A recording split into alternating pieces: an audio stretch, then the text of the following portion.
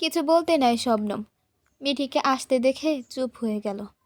প্রসঙ্গ পাল্টে হেসে উঠে স্বাভাবিক ভঙ্গিতে শাহজাদকে তাচ্ছিল্য করে বলল, এমনিতেই তুমি কালো, তার ওপরে আবার মুখে চাপ দাঁড়িয়ে রেখেছ। আয়নায় দেখেছ একবার তোমাকে? দেখতে কেমন লাগে? পুরাই জলহস্তি। অপমানিত বোধ করল শেহজাদ। যদিও শেহজাদের দাড়িগুলো অত বেশি বড় নয়, তবে খোঁচা খোঁচা। 3-4 দিন হলো শেভ করেনি। আমি পছন্দ করি, তাই রাখতে বলেছি। সুন্দর না? ও হ্যাঁ, খুব সুন্দর। ফিকে হাসল শবনম। শেহজাদ কালো, কিন্তু সে নিজেকে সৃষ্টি করেনি। করতে পারলে অবশ্যই নিজেকে পৃথিবীর সবার থেকে সুন্দর করে সৃষ্টি করত। এটা বোধহয় সবাই করত, যদি সৃষ্টিকর্তা সেই সুযোগটা দিতেন। তাই স্বয়ং সৃষ্টিকর্তা নিজেই মানুষের হাতে তাকে সৃষ্টি করতে না দিয়ে বরং নিজেই সৃষ্টি করার দায়িত্ব নিয়েছেন। যাকে সে যেই রূপে দেখতে ওনার ভালো লেগেছিল তাকে সেই রূপেই সৃষ্টি করেছেন।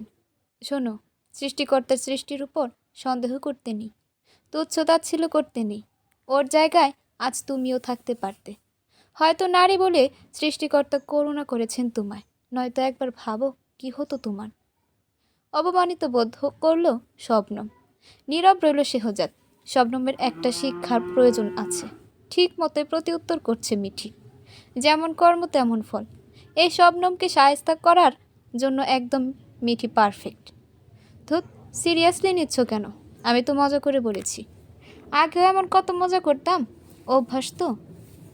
আগেরটা আগে চলে গিয়েছে, এখন আর সেদিন নেই শবনম। আর আমিও তো মজা করে বলেছি। তুমিও সিরিয়াসলি নিচ্ছ কেন? শোনো, আর আমি মুখের উপর কথা বলতে কখনো ভয় করি না। সত্য প্রকাশ করা অবশ্যই আমার দায়িত্ব। আরেকটা কথা, মানুষকে ছোট করে কথা বলার অভ্যাস বন্ধ করো। একদিন দেখবে সময় তোমাকে এমন জায়গায় ছোট করবে যেখানে তুমি সম্মান পাওয়ার অনেক যোগ্য ছিলে। অপমানে থমথমে হয়ে গেল শবনমের মুখটা। এই মেয়ে বয়সে তার ছোট, কিন্তু তাকে 2 পয়সার দামও দিচ্ছে না। মিঠির জায়গায় আজ অন্য কোনো মেয়ে হলে তাকে সম্মান করে আপু বলে ডাকত, কিন্তু মেয়েটা মুখের উপর তার নাম ধরে ডাকছে, কথায় কথায় তাকে নীতি কথা শোনাচ্ছে। অসন্তুষ্ট হলেও চুপ রইল। এখানে আসাটাই তার আজন্ম চরম ভুল হয়েছে। এখন মানে মানে বের হওয়ার পালা। আর একটা কথা শোনো, প্রাক্তন বলতে আমরা একজন প্রতারক, ভণ্ড, লোভী, খারাপ মানুষ হিসেবেই বুঝি। আমাদের এই অসুস্থ চিন্তা থেকে বের হয়ে আসা উচিত। মনে রেখো, সম্পর্ক থাকুক আর না থাকুক, কষ্ট দিক আর যাই দিক, কাউকে অসম্মান করো না। শেহজাদ তোমার প্রাক্তন ছিল, তাকে কখনো অসম্মান করবে না। আরও একটা কথা শোনো, স্বামীর ওপর স্ত্রীর যাবতীয় ভরণ পোষণ ফরজ এবং সামর্থ্য অনুযায়ী হাত খরচকে করা হয়েছে সুন্নাহ, যেন নারী অনুগত থাকে এবং কোনোভাবেই হীনমন্যতায় না ভোগে। যে ব্যক্তি এসব নিয়ে স্ত্রীকে খোঁটা দেয়, কথা শোনায়, নিঃসন্দেহে সে কাপুরুষ। তদ্রূপ স্বামীর কর্মোপার্জন নিয়ে দিনরাত অভিযোগ করার আগে স্ত্রীর উচিত নিজের যোগ্যতাকে যাচাই করা। তার কি এমন আছে যাতে করে আরও ভালো কিছু পেত, এবং আল্লাহর কাছে শকর আদায় করা, কারণ শুকরিয়ার নিয়ামত বেড়ে যায়। কিছু বলতে পারল না শবনম, তার মানে মিঠি সব শুনছিল। মাথা নুইয়ে বসে রইল শেহজাদ। তারও বুঝতে বাকি নেই সব শুনেছে মিঠি। শোনো, আরও একটা কথা, মানুষকে মানুষ অসুন্দর বানায়, সৃষ্টিকর্তা না। সৃষ্টিকর্তার সৃষ্টির তুলনা হয় না। সৃষ্টিকর্তার সৃষ্টি নিয়ে যে সন্দেহ করে সে মুমিন নয়। তাই আমাদের সব সময় শুকরিয়া আদায় করা, আল্লাহর কাছে চাওয়া উচিত। হে আল্লাহ, আপনি আমার চেহারাকে যেভাবে সুন্দর করেছেন সেভাবে আমার চরিত্রকেও সুন্দর করে দিন। কেবল চেহারা সুন্দর হলে হয় না, চেহারার মতো চরিত্র এবং আচার আচরণও সুন্দর হতে হয়। হ্যাঁ, অবশ্যই ঠিক বলেছ, শেহজাদের উদ্দেশ্যে বলল। নিজে সৌন্দর্য নিয়ে কখনোই হতাশ হবে না শেহজাদ। আপনি যেমনই হন না কেন, কালো, খাটো, মোটা, কুৎসিত কিংবা যে কোন, সৃষ্টিকর্তার ইচ্ছাতেই আপনার সৃষ্টি হয়েছে, মানুষের জন্য না। তাই মন খারাপ করবেন না। প্রসন্ন হলো শেহজাদ। চট করে শবনমকে বলল, আচ্ছা ইনাফ, কেন দাঁড়িয়ে রাখতে বলেছি তার কারণটা শুনবে না? মাথা নাড়ালো শবনম। সেদিন ওনার ফোনে আমাদের অনেকগুলো সেলফি তুলেছিলাম।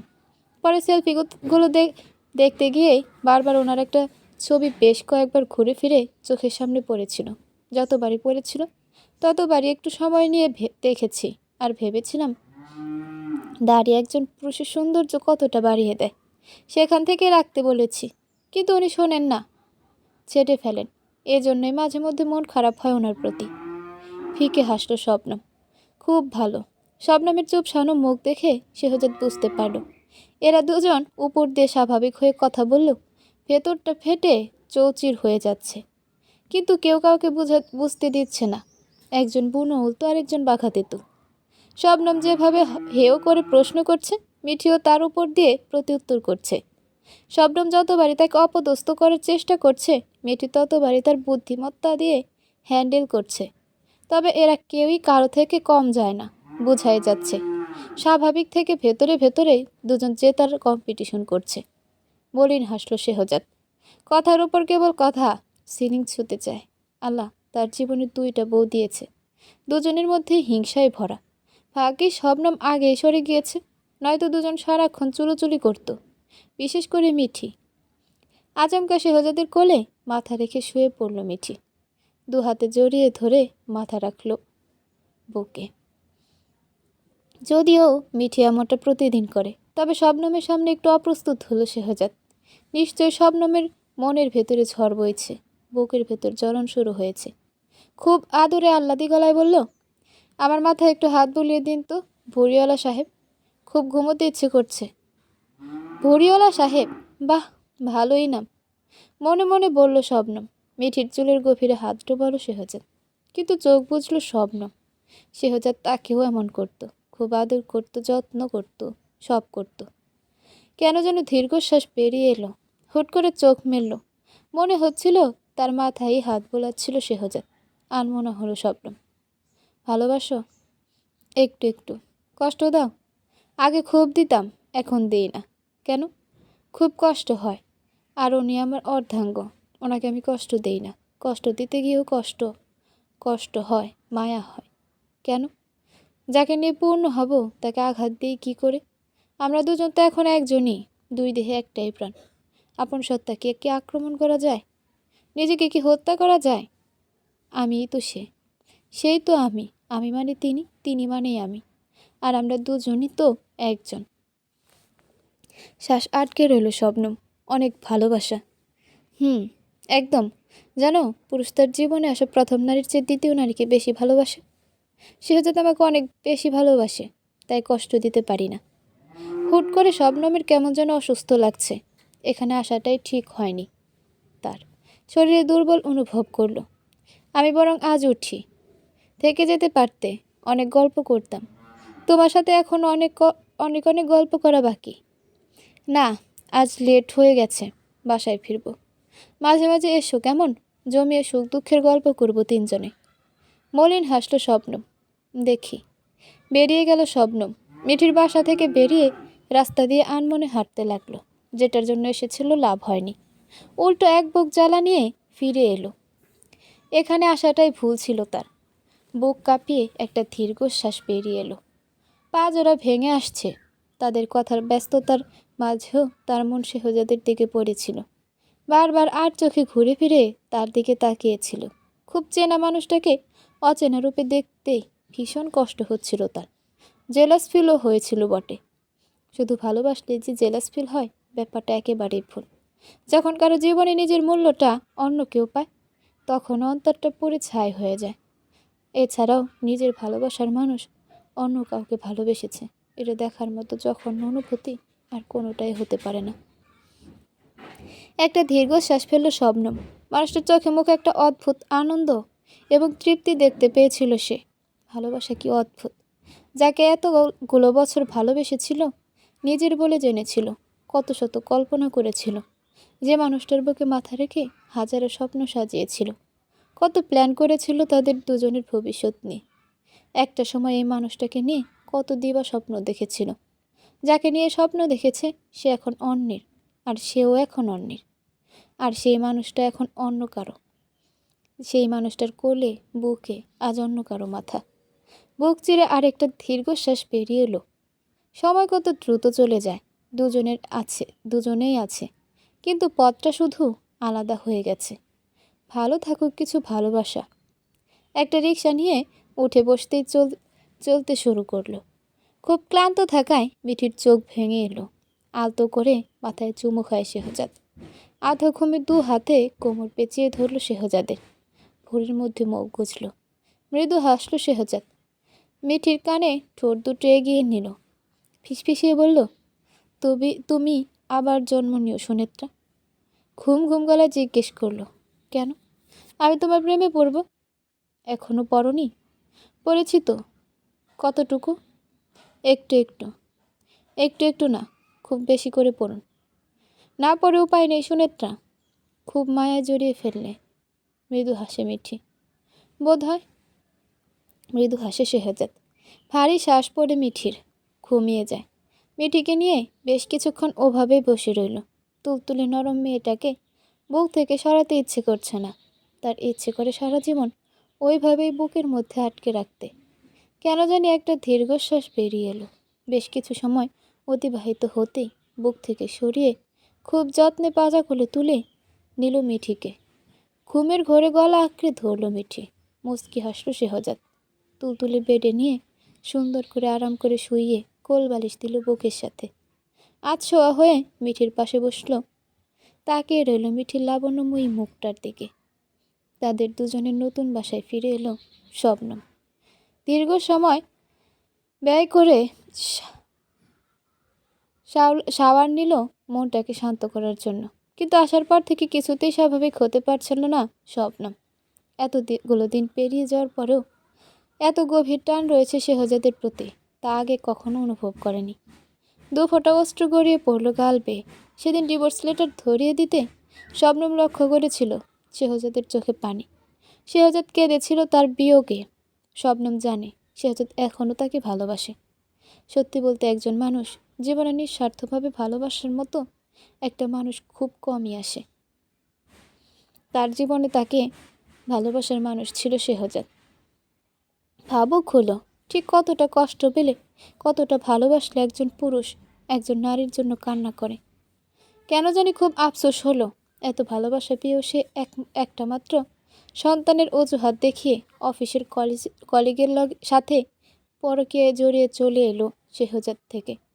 চিরজীবনের জন্য হারিয়ে ফেলল মানুষটাকে। আহা প্রেম, আহা জীবন, আহা ভালোবাসা, আহা মায়া। এজন্যই বোধ হয় হুমায়ুন ফরিদি বলেছিলেন, আমার এই জন্মেও তোমাকে ভালোবাসার স্বাদ মিটবে না। ততক্ষণে বিকেল ঘনিয়ে গোধূলি সন্ধ্যা নামল। তাকিয়ে রইল কমলাভ ওই আকাশের পানে। ভাবল, কিছু কিছু নিয়ামতকে কদর না করতে জানলে সৃষ্টিকর্তা বোধহয় ভাগ্য থেকে উঠিয়ে নেন। তেমনি তার ভাগ্য থেকে উঠিয়ে নেওয়া হয়েছে। কিন্তু সেও বা জেনে শুনে কী করত? মাতৃত্বের স্বাদ কেনই বা না চায়? কেই বা না চায়? তার চাওয়াটা কি অপরাধ? একটা দীর্ঘশ্বাস ফেলল। চোখের সামনে ভেসে উঠল তার আর শেহজাদের কিছু সুন্দর মুহূর্তের প্রতিচ্ছবি। কিছু ভালোবাসা বোধহয় অপূর্ণতার মাঝেও পূর্ণতা পায়।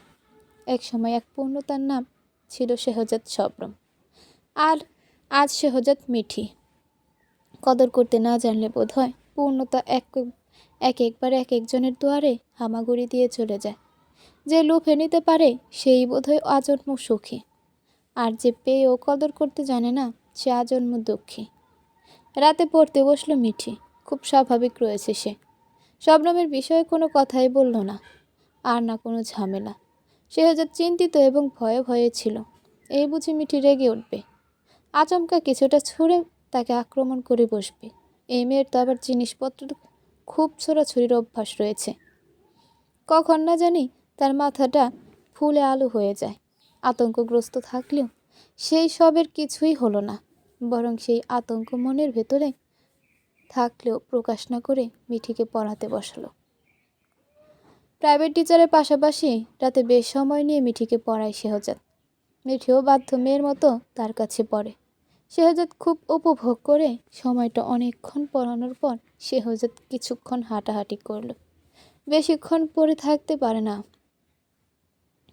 সে, স্বাস্থ্যবান মানুষ, তাই কোমরে ব্যথা হয়।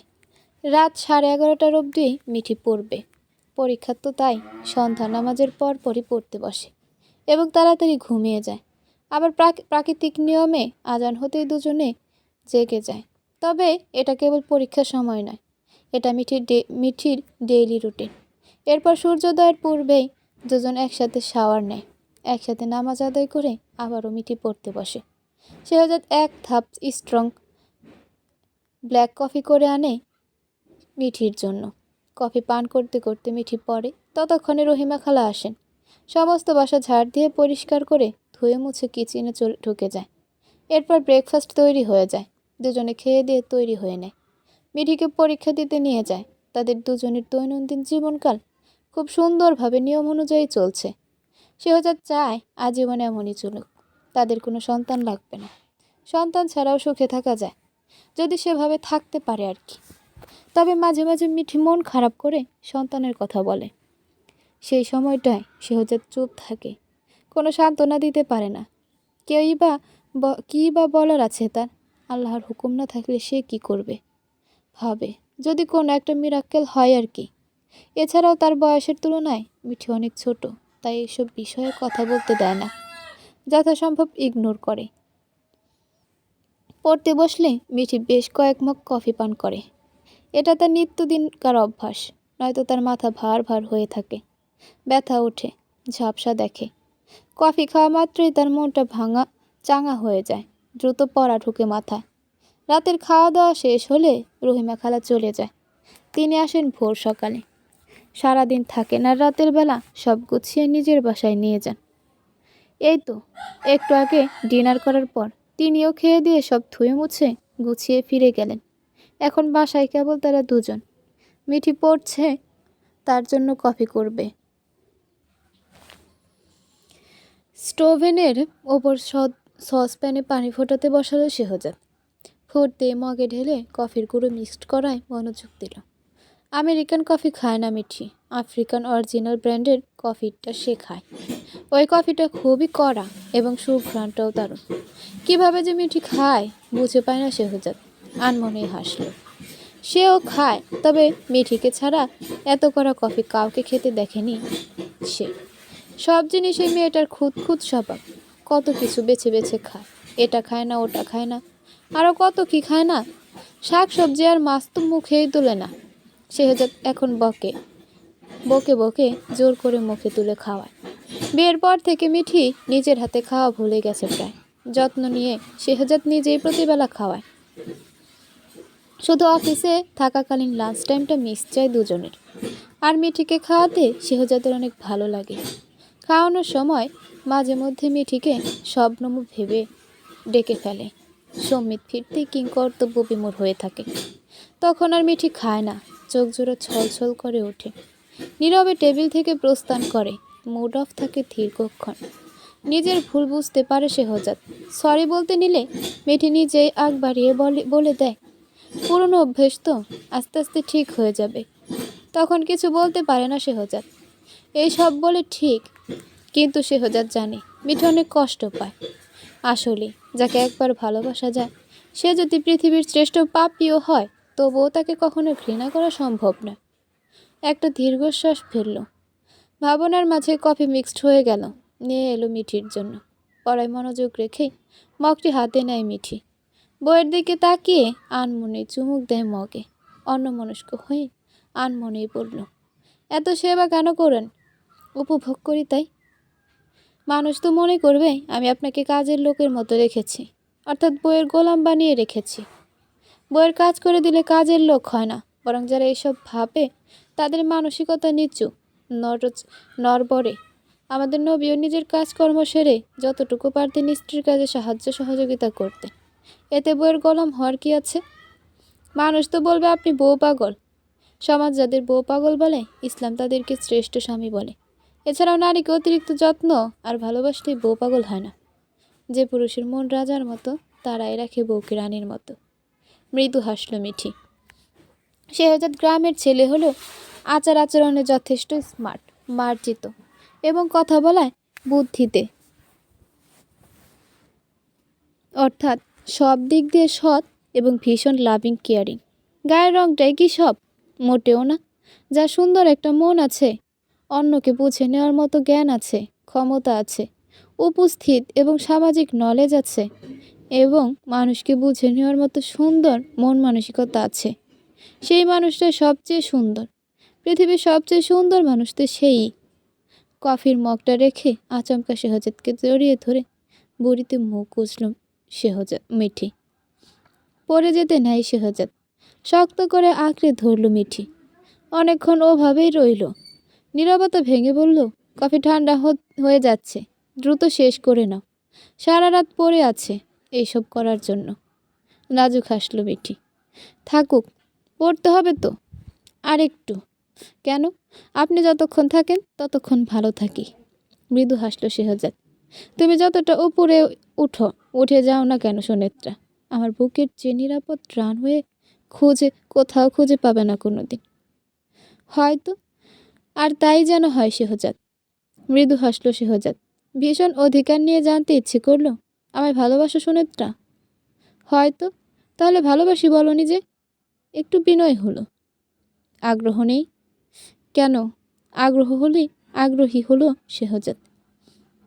ভালোবাসি বলতে ভালোবাসা থাকে না, ভালোবাসা বুঝে নিতে হয় শেহজাদ। তাহলে কিভাবে বুঝবো ভালোবাসো? আমার সকল দুঃখের কথা কেন শুধু আপনাকে বলি? মন খারাপ হলে কেন যখন তখন যেখানেই থাকেন শেষ কলটা আপনাকেই করি? আপনি বুঝেন না? তবুও না বুঝলে ভালোবাসি বলে বোঝানোর ইচ্ছে নেই। এই মিঠি না কাউকে এক্সপ্লেনেশন দিতে লাইক করে না। কিছু বলল না শেহজাদ। আমায় ভালোবাসেন? যাকে এত যত্ন করলাম, তাকে মুখে কেন ভালোবাসি বলা লাগবে? হ্যাঁ তাই তো। মিঠি বুঝতে পারলো শেহজাদ তার মতো তাকে প্রত্যুত্তর করেছে। মানুষটা এমনিতেই খুব বুদ্ধিদীপ্ত। আচমকা সরে গেল। কফিতে চুমুক দিয়ে পড়ায় মনোযোগ দিল। কথা বাড়ালো না শেহজাদ। একটা চিরুনি এনে মিঠির চুলগুলো আঁচড়াতে লাগলো। ফের চুমুক দিয়ে পড়া থামিয়ে চোখ বুঝল মিঠি। শেহজাদ যখন তার চুলে তেল লাগায়, আঁচড়ায়, তখন দু চোখ বুঝে মিঠি আরাম ফিল করে। সবগুলো চুল আঁচড়ে একসাথে করে মুখ গুছল শেহজাদ। মিঠির চুলগুলো ভীষণ সুন্দর। শেহজাদ মুখ গুজে ঘ্রাণ নিল নিঃশ্বাস ভরে। চোখ বন্ধ অবস্থায় জিজ্ঞেস করলো, আপনার কি চুল খুব পছন্দ? সেভাবে ভাবিনি, তবে তোমার চুলগুলো সুন্দর, ভীষণ সুন্দর। শেহজাদ থেকে চুল ছাড়িয়ে নেয়। আমি সুন্দর না? কিছু না বলে চুলগুলো সরিয়ে মিঠির ঘাড়ে চুমুক খায় শেহজাদ। বাইরের সৌন্দর্যটা আমরা অনেক প্রায়োরিটি দিই সুনেত্রা, কিন্তু কি জানো, আমার মনে হলো মানুষ হিসেবে তুমি অনেক ভালো। কেমন ভালো? আগ্রহী হলো মিঠি। তোমার রূপ, গুণ, ঐশ্বর্য, অর্থাৎ সব কিছু মিলে তোমার খুব অহংকারী হওয়ার কথা ছিল সুনেত্রা। মানো তো বেশ, কিন্তু তুমি একদমই তেমনটা না। তুমি অনেক ভালো। তুমি কখনো অহংকার দেখাওনি, বিশেষ করে আমার সাথে। কিন্তু আমার সাথে তোমার অহংকার দেখানোটা যায়।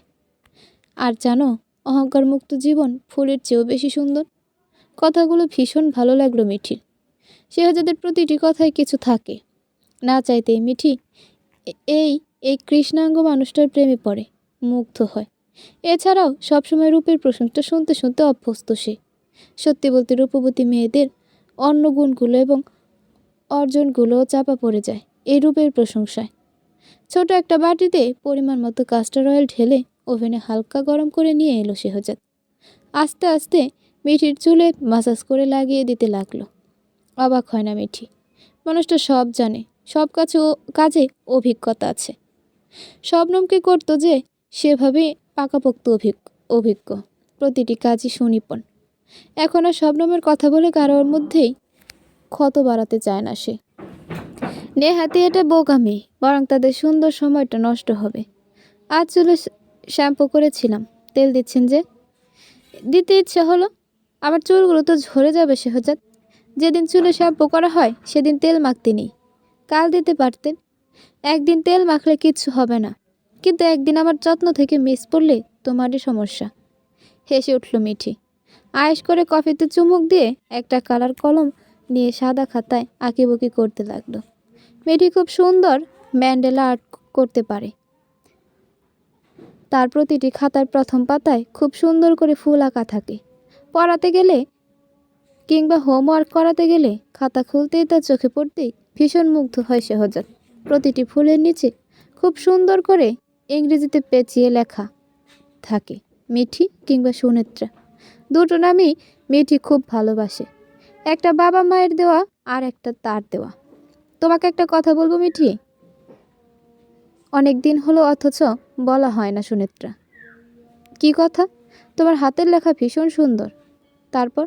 যে নারীর হাতের লেখা যত সুন্দর, সেই নারী ঘর তত সুন্দর করে গোছাতে পারে। হেসে উঠল মিঠি। সে এমন অদ্ভুত কথা! কে বলল? আর কে? হুমায়ুন আহমেদ। আসলে ওনার কথাবার্তা এমন, কোত্থেকে যে উনি এমন কথা বলেন। তবে মজা লাগলেও কথাগুলো কিন্তু একদম সত্যি। হ্যাঁ, অভিজ্ঞতা থেকেই বলেন। আর সেজন্যই তো তোমায় বলেছিলাম। হিমুর রূপালী রাত্রিতে তিনি আরও বলেন, সুন্দরী মেয়েদের হাতের লেখা সুন্দর। এটা হলো নিপাতনের সিদ্ধ। সুন্দরীরা মনে প্রাণে জানে তারা সুন্দর। তাদের চেষ্টায় থাকে তাদের ঘিরে যা থাকবে সবই সুন্দর হবে। ফিক করে হেসে ফেলল মিঠি। ওনার মতো অত শত জানি না, তবে জানেন, আমারও খুব ইচ্ছে আমার খুব সুন্দর একটা টোনাটুনির সংসার হবে, আর আমি খুব সুন্দর করে সাজিয়ে গুছিয়ে রাখবো। তবে এটা সত্য যে আমি অবশ্যই চাই আমার কিছু সুন্দর, সাবলীল এবং শালীন হোক। ইনশাল্লাহ, আল্লাহ চাইলে সব হবে। জানেন, আর আমি সবসময় কি চাইতাম? কি চাইতেন? খুব করে চাইতাম কেউ একজন আসুক আমার জীবনে। তারপর এলোমেলোভাবে চুলগুলো খোলা রাখতে বলুক, বুক পকেটের টিপের পাতাটা আমার জন্যই সে রাখুক, তার গান, গল্প, কবিতায় এবং উপন্যাসের পাতায় আমাকেই লিখুক, শাড়িতে দেখার যখন তখন বায়না ধরুক, আমার আমিকে একটুখানি বুঝুক, আমাকে আমার চেয়ে বেশি ভালোবাসুক, যত্ন করুক, আজীবন মনে রাখুক। তোমার সব ইচ্ছে পূরণ করব সুনেত্রা, সময় দাও একটু। মৃদু হাসে মিঠি, ভাবুক হয় শেহজাদ। আচ্ছা, তুমি কি হতে চাও সুনেত্রা? আমি অনেক বড় গবেষক হতে চাই। গুড, তাহলে ভালো করে মন দিয়ে পড়াশোনা করো, কেমন? হুম। আচ্ছা, কখনো কারো প্রেমে পড়েছো? হুম, বহুবার। এই পর্যায়ে খুব এক্সাইটেড হয়ে বলল মিঠি। ধক করে উঠল শেহজাদের বুকটা। মিঠি প্রেমে পড়েছে? তবে কার, কয়জনের জানা যাবে? নিষ্প্রভ কণ্ঠে বলল, অবশ্যই। মিঠির চোখে চোখ রাখল শেহজাদ। কি শান্ত কিন্তু আতঙ্কগ্রস্ত চোখ জোড়া। উৎফুল্লিত হয়ে মিঠি বলল, যৌবনে প্রেমে পড়াটা স্বাভাবিক শেহজাদ, এতে আতঙ্কগ্রস্ত হওয়ার কি আছে? আতঙ্কগ্রস্ত হব কেন? সে আপনি ভালো জানেন। বাই দ্য ওয়ে,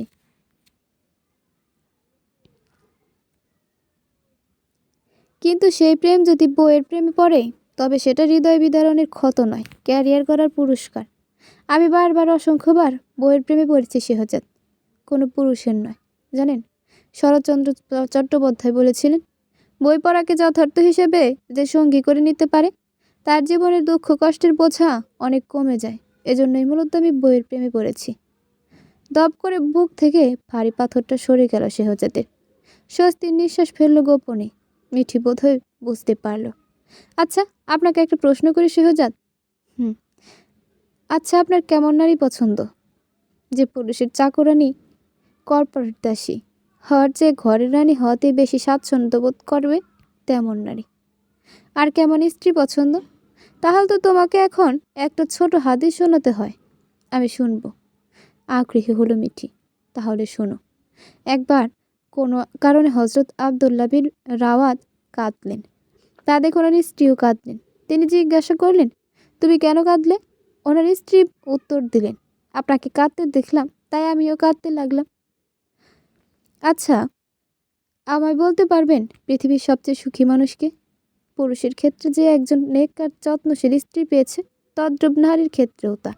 আচ্ছা, আমি তো গবেষক হতে চাই, তাহলে আমি কি কি কারো কর্পোরেট দাসী হব? পূর্বের প্রশ্নে বলল মিঠি। তবে এই ব্যাপারে কিছু বলল না শেহজাদ। যুক্তি দিয়ে কিছু বললে হয়তো মিঠি কষ্ট পাবে, পড়াশোনার প্রতি অনাগ্রহী হবে, বলেই ফেলবে, পড়াশোনা করব না, ঘরের রানী হয়ে থাকবো। এই মেয়েটা তো আবার একটু বেশি ঘাটতারা, জেদি, যা বলবে তাই করে ছাড়বে। সে কথা বাদ দাও তো সুনেত্রা। কেন?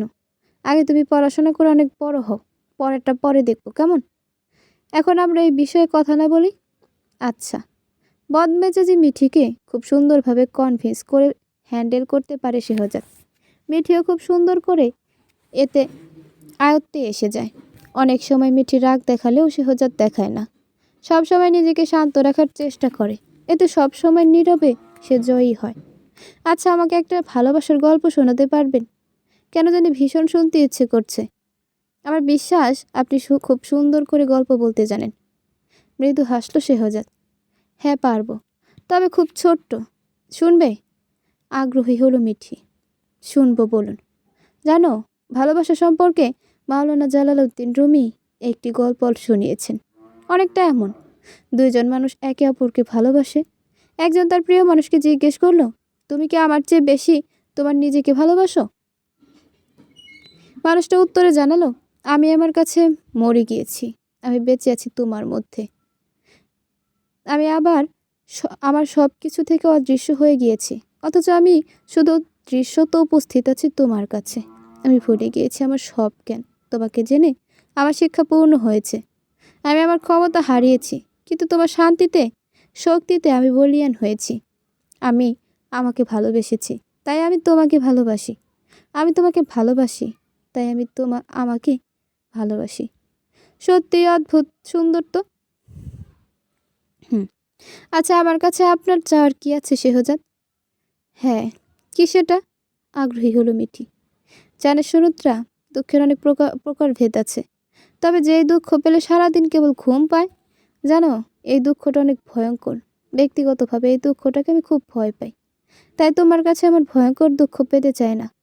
তোমার কাছে আমার একটাই চাও, এমন ভয়ঙ্কর দুঃখ আমাকে কখনো দিও না সুনেত্রা। স্বামী, সে তো এক অবিরাম সুখের ছায়া, তাকে এমন ভয়ঙ্কর দুঃখ দিই কি করে? মৃদু হাসল শেহজাদ। তাই তো, নাক টিপে দিয়ে বলল, সবাই তো তোমার মতো অত বুঝে না। তুমি সত্যি ইন্টেলিজেন্ট গার্ল। মৃদু হাসল মিঠি। আনমনা হলো শেহজাদ। আচ্ছা, তুমি কি কোনো সং পছন্দ করো সুনেত্রা? হ্যাঁ, ব্রকেন এঞ্জেল। ওই সঙের সাথে আমার ছোটবেলার অনেক আবেগ, অনুভূতি আর স্মৃতি মিশে আছে। আর কিছু বলতে পারল না শেহজাদ, চুপসে গেল। বৃহস্পতিবার মাঝে শুক্র শনি 3 দিন পর মিঠির পরীক্ষা আবারও শুরু হলো। সকালে খাইয়ে দাইয়ে রেডি করিয়ে মিঠিকে নিয়ে এলো শেহজাদ। বিদায় জানিয়ে হলে ঢুকে যায় মিঠি। ক্যাফেতে এসে বসে রইল শেহজাদ। প্রায় ঘন্টাখানিক পর হঠাৎ আকাশ ফোন করলো। পিক করতে জিজ্ঞেস করলো, শেহজাদ তুমি কোথায়? কেন? প্রয়োজন আছে? রাজক উত্তরা মডেল কলেজের সামনে। আসছি।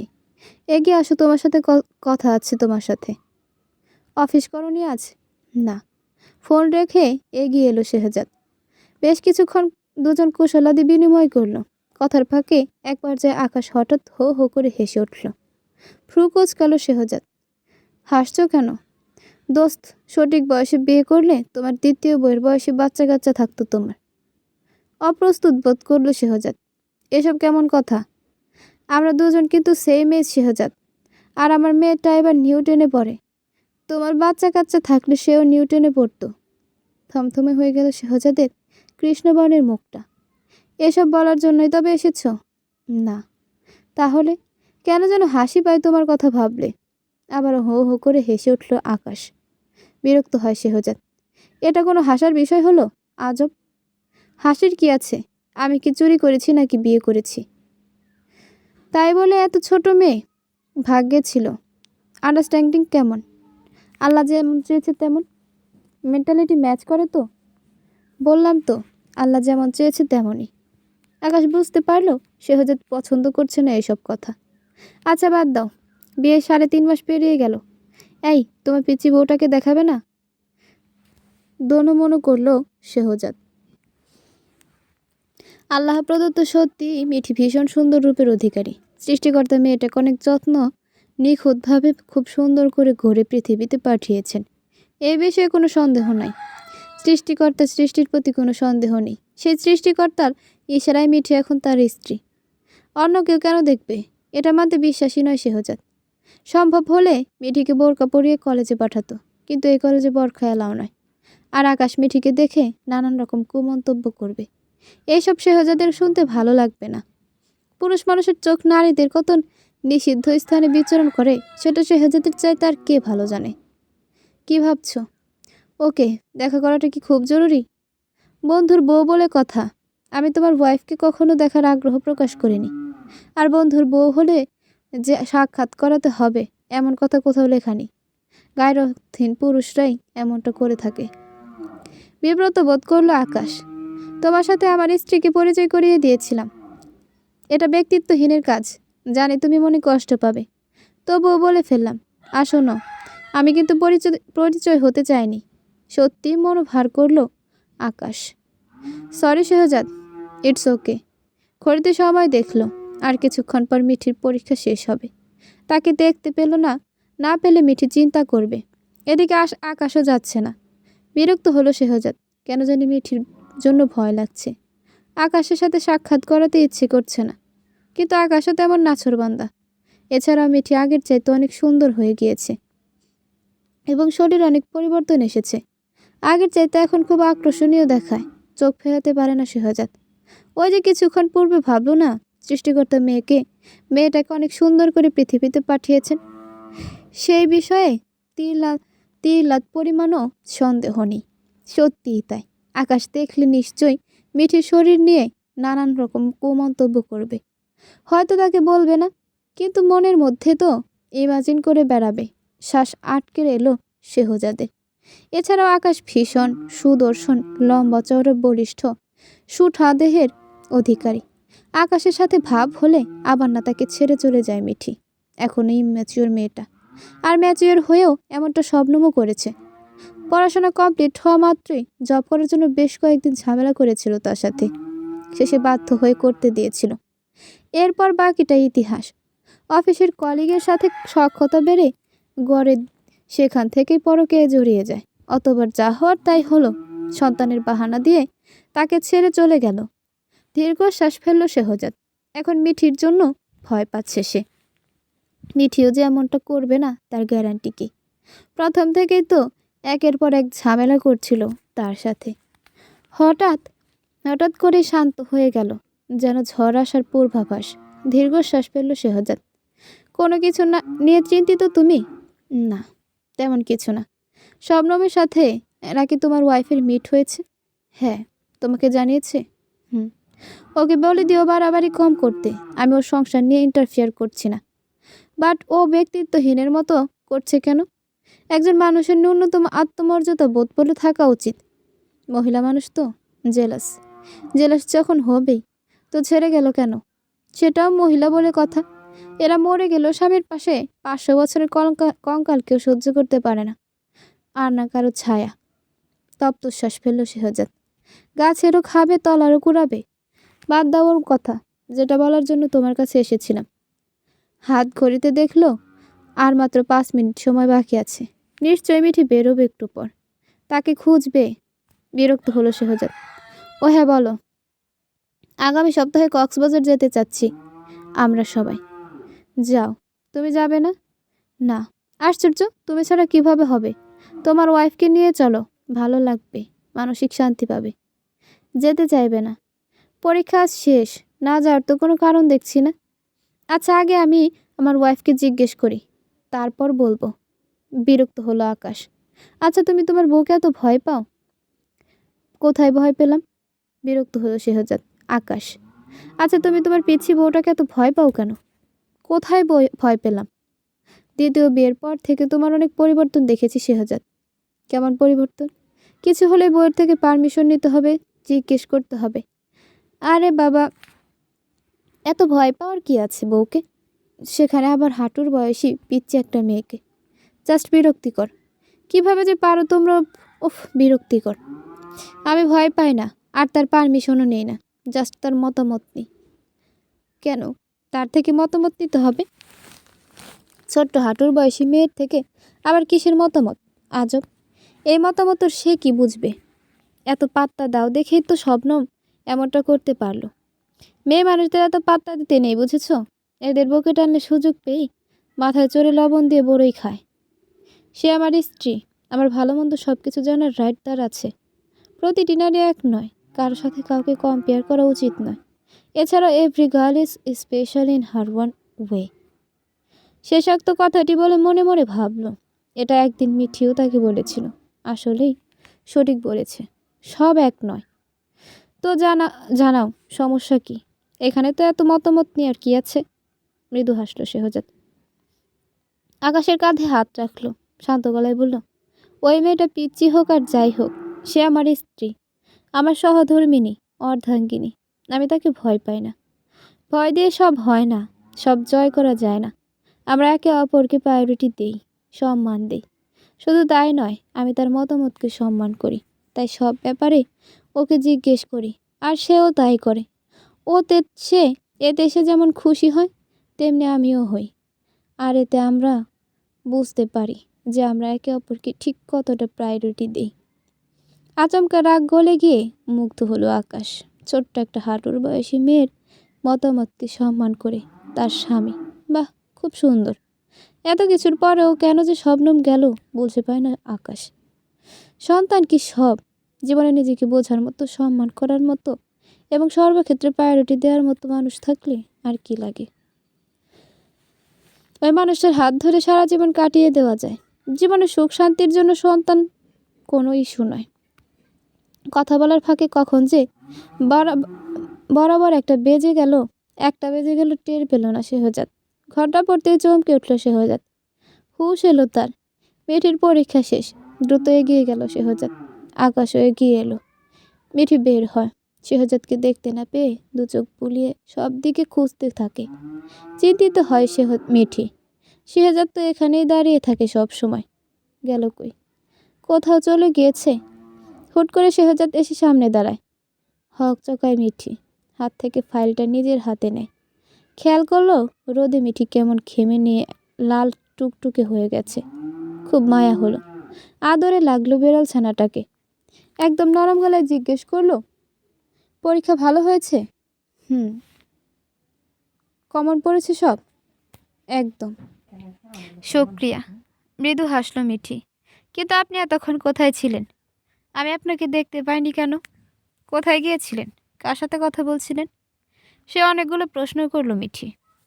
ওই আমার ফ্রেন্ড এসেছিল, একটু ক্যাফে ছিলাম। নাকি? আরে না, ও না। মিথ্যে বলছেন? সত্যি। হঠাৎ মিঠির চোখ পড়লো শেহজাদের পাশে দাঁড়ানো, হাত পকেটে ঢোকানো একটা লম্বা চওড়া বলিষ্ঠ দেহের অধিকারী একজন সুপুরুষ, অর্থাৎ আকাশের দিকে। দেখলো তার পূর্বে আকাশ মুগ্ধ দৃষ্টিতে তাকিয়ে রইল। বিব্রত বোধ করলো মিঠি। ব্যাপারটা লক্ষ্য করলো শেহজাদ। ভালো লাগলো না তার। বন্ধু হলেও আকাশের উপর খুব রাগ হলো। কিছু কিছু ফ্রেন্ড সার্কেলে এমন ফ্রেন্ড থাকে, স্যাসরা। এরা মা বোন বউকে পর্যন্ত বাজে নজরে তাকাতে দ্বিধাবোধ করে না। ও আকাশ, আমার ফ্রেন্ড। আসসালামু আলাইকুম আঙ্কেল। ভেবাচাকা খেয়ে তাকিয়ে রইল আকাশ। আচমকা ঠোঁট টিপে অন্যদিকে ফিরে হেসে ফেলল শেহজাদ। আকাশকে আঙ্কেল ডাকায় কেন জানি শেহজাদের ভীষণ ভালো লাগলো। বেশ সময় নিয়ে হতভম্ব চোখে মুখে সালামের জবাব দেয় আকাশ। হুট করে জিজ্ঞেস করে ফেললো, আমাকে আঙ্কেলের মতো লাগে? কার কাছে কেমন লাগে আমি তেমন জানি না, কিন্তু আপনাকে আমার কাছে আঙ্কেল আঙ্কেল টাইপ লাগছে। থতমত খেলো আকাশ। ভীষণ অপ্রস্তুত হলো সে। সত্যি বলতে এই মুহূর্তে শেহজাদের পেট ফেটে ভীষণ হাসি পেলেও গম্ভীর রইল। মিঠির প্রতি সন্তুষ্ট হয় শেহজাদ। সত্যি বলতে সৃষ্টিকর্তা প্রদত্ত ডিভাইন উইজডম আছে মিঠির। তাকে কিছুই শিখিয়ে দিতে হয় না, কিভাবে যেন সব বুঝে ফেলে। খুবই বুদ্ধিদীপ্ত একটা মেয়ে। অনুরাগী হয় শেহজাদ। এতক্ষণ বিরক্তি লাগলেও সন্তুষ্টির শ্বাস ফেলল।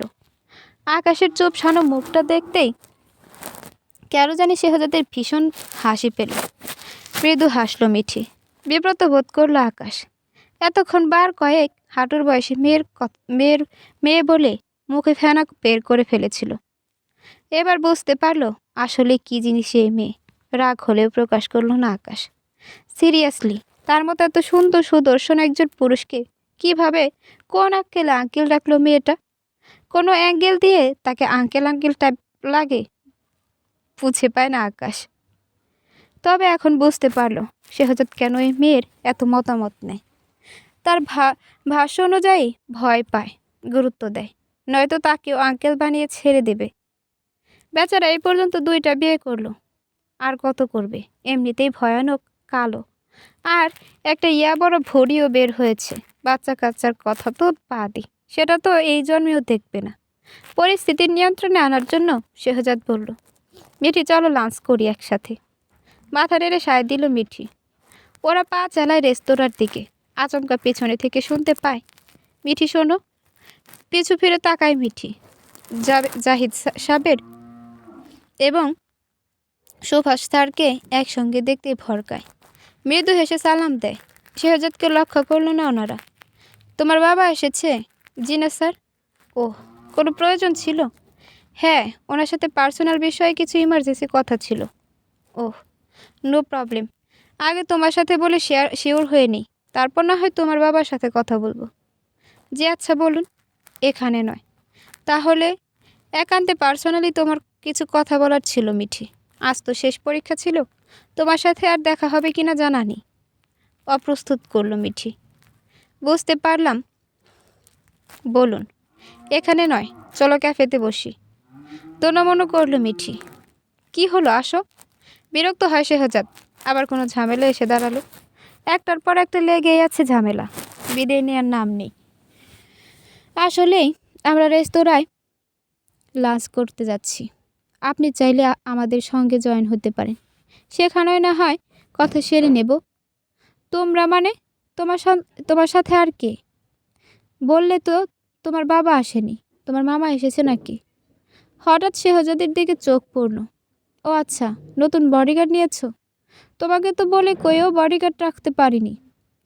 তোমার মামা, এখন দেখছি বডিগার্ড নিয়েছো। বিব্রত বোধ করলো শেহজাদ। মিঠি এবং Akash. Uncle did not come, but my husband and is friend come. আকাশ থেকে পড়ল জাহিদ। হাজব্যান্ড মানে? যদি আমি একজন মুসলিম আর ইসলামিক আইন কানুন একটু কম মানি, তবু আপনাকে একটা কথা বলতে চাই। নারীরা প্রেসিডেন্টের মতো, সে যেখানেই যায় তার বডিগার্ড লাগবে। নারীর বডিগার্ড হলো তার মাহরম। সবচেয়ে সেরা বডিগার্ড তার বাবা, ভাই ও স্বামী। আর এই কথাগুলো বলেছেন আমার খুব প্রিয় একজন মানুষ, শায়েখ আহমদুল্লাহ। কথাগুলো বলার কারণ, নারীর জন্য বডিগার্ড থাকা দোষের কিছু না এবং অহংকার কিংবা লজ্জার কিছু না। কাউকে কটূক্তি করা, গালি দেওয়া কিংবা আঘাত করা, অথবা কারো মনে আঘাত দিয়ে কথা বলাকে যদি আপনি ইসলামের সেবা মনে করেন, তাহলে আপনার ইসলামের শিক্ষক পরিবর্তন করা জরুরি। আর আমি সবসময় সত্য কথা বলতে পছন্দ করি। আমার ঘাড় এবং মেরুদণ্ড শক্ত এবং সোজা। মনে আঘাত দিয়ে থাকলে দুঃখিত। কথাগুলো আসলে আমি ওভাবে বলতে চাইনি।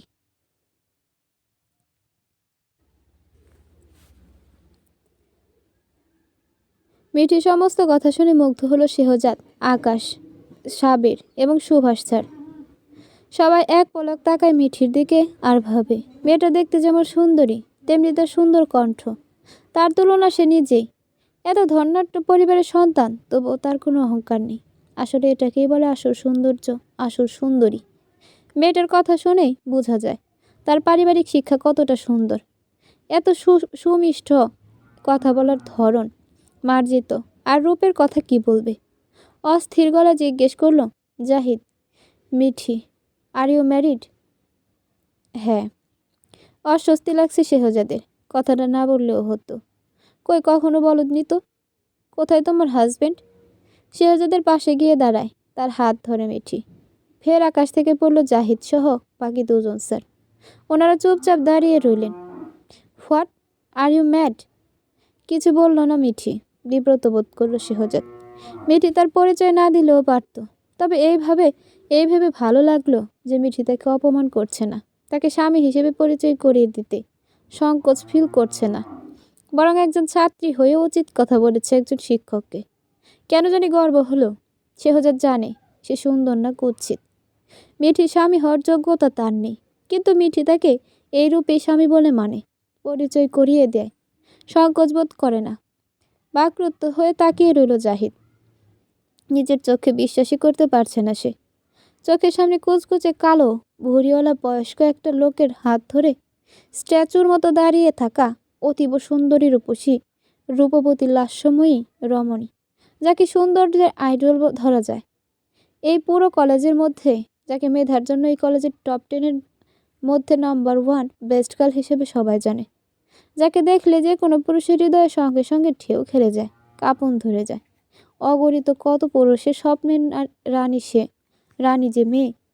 এই পুরো কলেজের ফিসের ঝলক ছিল যেই মেয়েটা, যেই মেয়ের মায়াবী চোখের চাহনিতে হৃদয়ে কাঁপন ধরে যায়, যার প্রাণবন্ত হাসিতে মন ভরে যায়, যার সাধারণ সৌন্দর্যতায় ছড়ায় মুগ্ধতা। পড়াশোনাও সমানভাবে পারদর্শী, সবখানে যার দ্যুতি ছড়ানো প্রতিভা। আর সেই মেয়েটা নাকি কোচকোচে কালো, বয়স্ক, স্বাস্থ্যবান, ভুঁড়িওয়ালা এমন একটা মানুষকে বিয়ে করেছে। ইম্পসিবল বলে মনে হয় জাহিদের। আচমকা মাথা ঘুরে উঠল জাহিদের। নিজের চোখে কিছুতেই বিশ্বাস করতে পারছে না সে। শ্বাস আটকে এলো প্রায়। জাহিদের কেমন যেন লাগছে, অস্থির অস্থির লাগছে। কলিজাটা লাফাচ্ছে, যেন বুকটা ফেটে এক্ষুনি হৃৎপিণ্ডটা বেরিয়ে যাবে। চোখ নামিয়ে ফেলল জাহিদ। আবারও তাকালো। ঈশ্বর প্রদত্ত রূপ পেয়েছে মেয়েটা। রূপকথার পরীদের মতো নিখুঁত, দাগহীন ত্বক। এই মেয়েটার মতো এত লাবণ্য ভরা মুখশ্রী আর কোথাও দেখেনি সে। আর এটা বলতে কোনো দ্বিধা নেই তার, যা সত্যি তাই। তার দেখা এ পর্যন্ত অনেক সুন্দরী নারী ছিল, তাদের মধ্যে ওই লাবণ্য ছিল যদিও, কিন্তু এত সফিস্টিকেটেড মুখ না, এবং এত ফেসিয়াল গ্ল্যামারও ছিল না তাদের মধ্যে। মেয়েটার চৌম্বকীয় মুখমণ্ডল খুব সহজেই যে কাউকে আকৃষ্ট এবং মুগ্ধ করে। চোখ নামিয়ে ফেলল জাহিদ, নিজেকে ধাতস্থ করল, জিভ দিয়ে শুকনো ঠোঁটজোড়া ভিজিয়ে নিল। লম্বা একটা শ্বাস ফেলে বলল, তুমি সত্য বলছো মিঠি, নাকি ফান করছো? বিলিভ হচ্ছে না আমার। নিজের বিয়ে করা স্বামীকে নিয়ে মিথ্যা বলার কি আছে? থমথমে হয়ে গেল জাহিদের মুখটা। পরিস্থিতি নিয়ন্ত্রণে আনার জন্য বলল, আর আমাদের লাভ ম্যারেজ স্যার? বিস্ময় বিমূর নেত্রে তাকিয়ে রইল জাহিদ। থমথমে হয়ে গেল শেহজাদির কৃষ্ণবর্ণের মুখটা। Love marriage? কেন বিলিভ হয় না? শেহজাদের দিকে তাকালো জাহিদ। বলে কি মেয়েটা, এমন একটা মানুষের সাথে প্রেম, তারপর বিয়ে, অর্থাৎ লাভ ম্যারেজ? অবিশ্বাস্য ঠেকল। মিঠি নিশ্চয়ই তোমাকে জোর করে বিয়ে দিয়েছে, তাই না? জোর করে বিয়ে দিলে কি লাভ ম্যারেজ বলবো কেন? আমরা প্রেম করে বিয়ে করেছি। এবার অবিশ্বাস্য নয়নে তাকালো জাহিদ। এটা কিভাবে পসিবল? তাদের মতো এত সুন্দর পুরুষ থাকতে এই মেয়ে কিনা এমন একটা পুরুষের প্রেমে পড়েছে, আবার বিয়েও করে নিয়েছে। অবিশ্বাস্য মনে হলো সব। আচ্ছা, আমরা আসছি, পরে কখনো কথা হবে। বিরক্ত করার জন্য সরি। তোমরা যাও, আর শুভকামনা, ভালো থেকো। বলতে গলা কেঁপে উঠল। মাথা নাড়ালো মিঠি। শেষবার মিঠিকে এক পলক দেখে জাহিদ আর দাঁড়ালো না।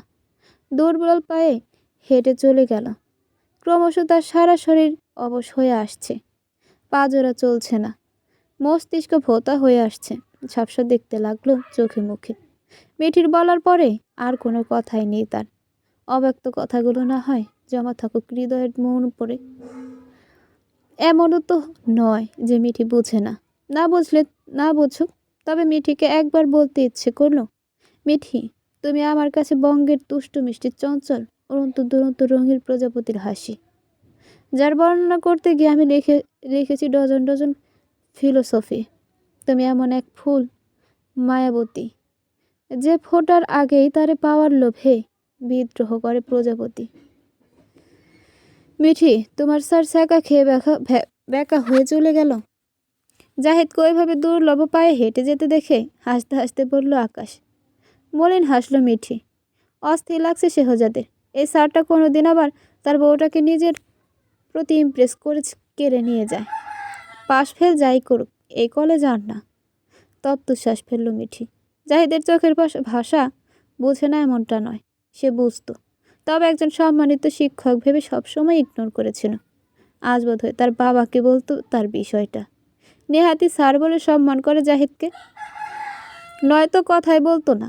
পৃথিবীতে মেয়ের কি এতই অভাব যে ছাত্রীকে বিয়ে করতে হবে? ব্যাপারটা অন্যরা সিম্পলভাবে নিল। মিঠির কাছে দৃষ্টি